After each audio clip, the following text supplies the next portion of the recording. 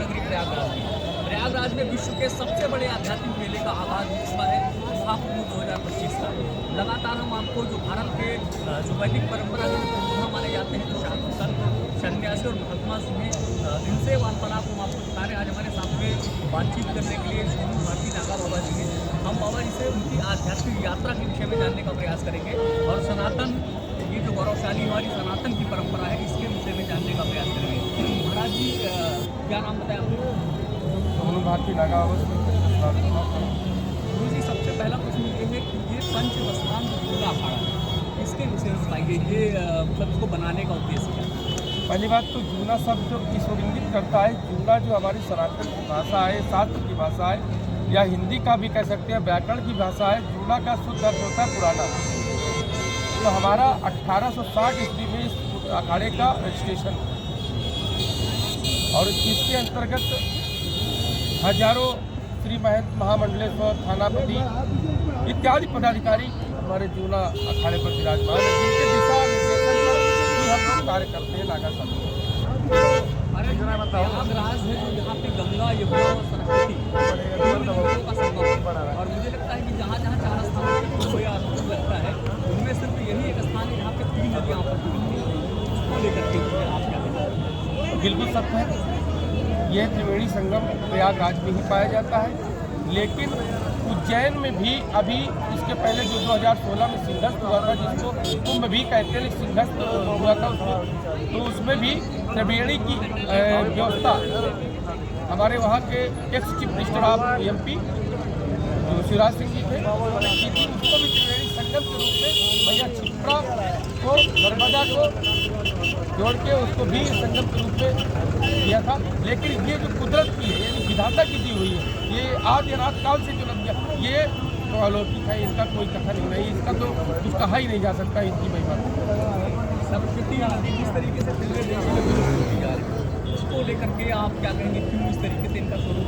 देखिए, कहने में तो भैया सरस्वती जो है, ये सरस्वती नदी श्रापित है। बस बट विश्वास अटल निज धर्मा, तीरथ राज प्रयाग सुकर्मा, तो ये श्रापित है।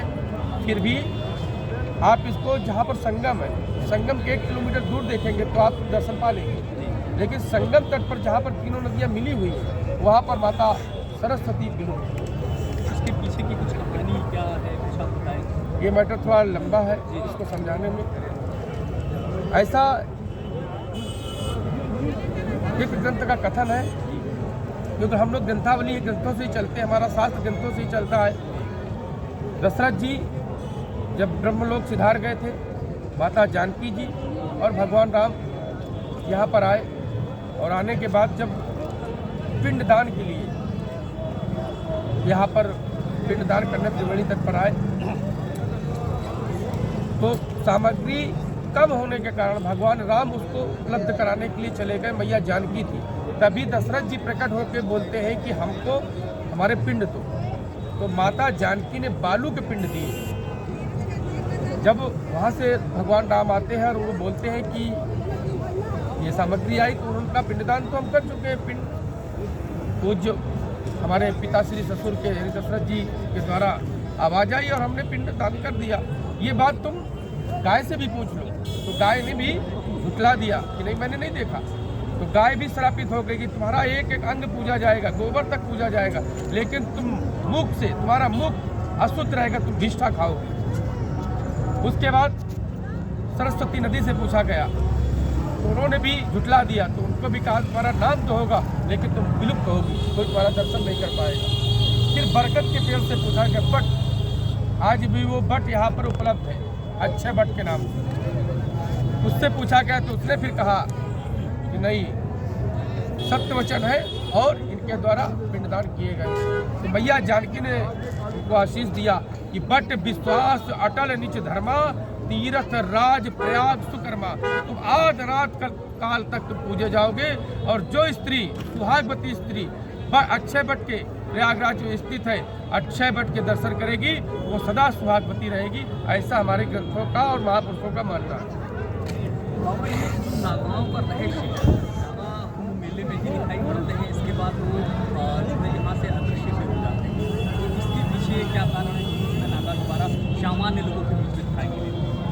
क्या है कि नागा अपने उद्देश्य को पाने के लिए ही केंद्रित रहता है।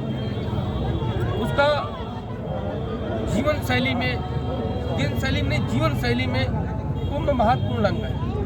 जैसे कुंभ की रणभेरी बजती है कि इस समय यहाँ कुंभ है, हरिद्वार, काशी, हरिद्वार, उज्जैन, नासिक और प्रयागराज, तो वो अपनी तैयारियों में जुट जाता है। उसके बाद यहाँ पर शाही स्नान, क्योंकि अमृत कलश जिस समय शाही स्नान का मुहूर्त होता है उस समय ऐसा मानना है कि अमृत की बूंद गिरती है, तो उस बूंद को पाने के लिए नागा स्वयं शाही स्नान करता है और उससे जो लाभ मिलता है वो अपने भक्तों तक छोड़ता है कि हमारे भगत जगत जो भी है, जहाँ भी है, जैसे जिस रूप में रहे, सभी सनातनी सुखी रहे, ऐसी उसकी हृदय की आकांक्षा होती है।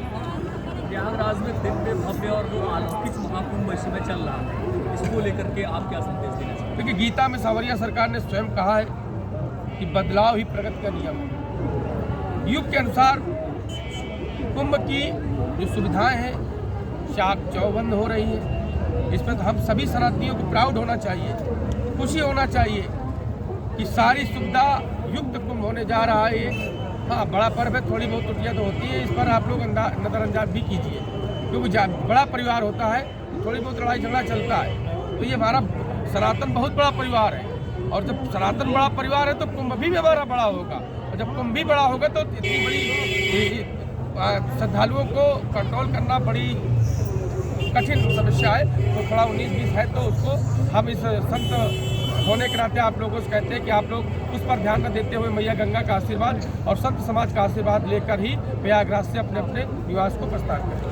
जिस तरीके से आज के युवा भारतीय संस्कृति और जो हमारी परंपरा है गौरवशाली उससे पिछड़ते जा रहे हैं, उनके लिए क्या संदेश है? पार्टिकुलर कुछ हमारे राष्ट्रवादी संगठन जो भारत में चल रहे हैं, हम उनका नाम लेंगे, जैसे बजरंग दल है, विश्व हिंदू परिषद है, दुर्गा वाहिनी है, या जो भी हमारे सनातन के, हम किसी राजनीतिक दल के ना हूँ और किसी राजनीतिक दल का पक्षधर हूँ। जो सनातन के हित में बात करेगी वही पार्टी का मैं पक्षधर हूँ, तो उस पर राजनीतिक पार्टी पर नो कमेंट।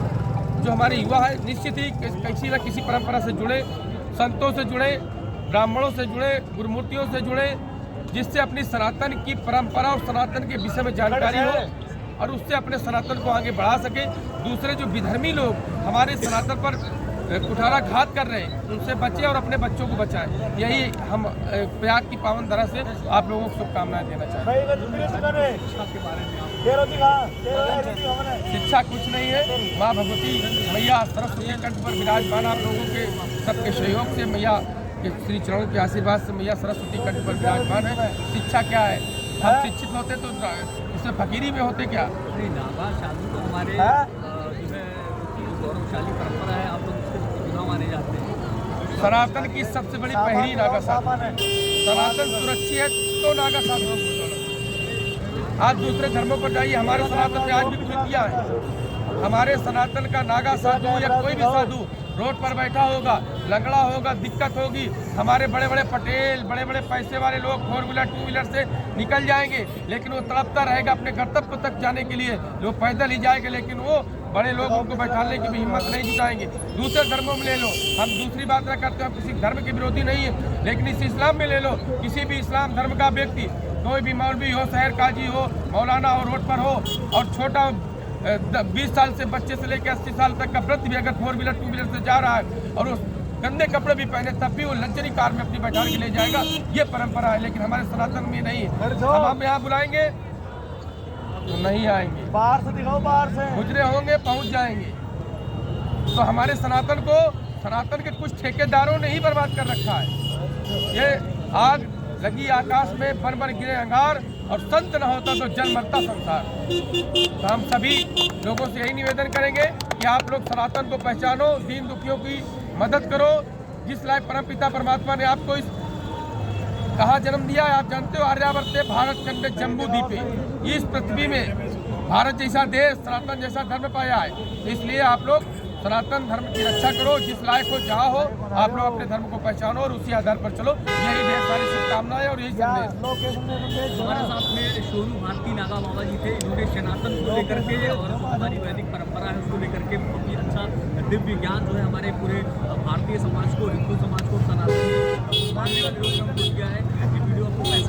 आपका उसका लिए आप अपनी प्रतिक्रिया जरूर दीजिएगा। मिलते हैं आपसे अगले वीडियो, तब तक के लिए नमस्कार, जय हिंद, जय भारत।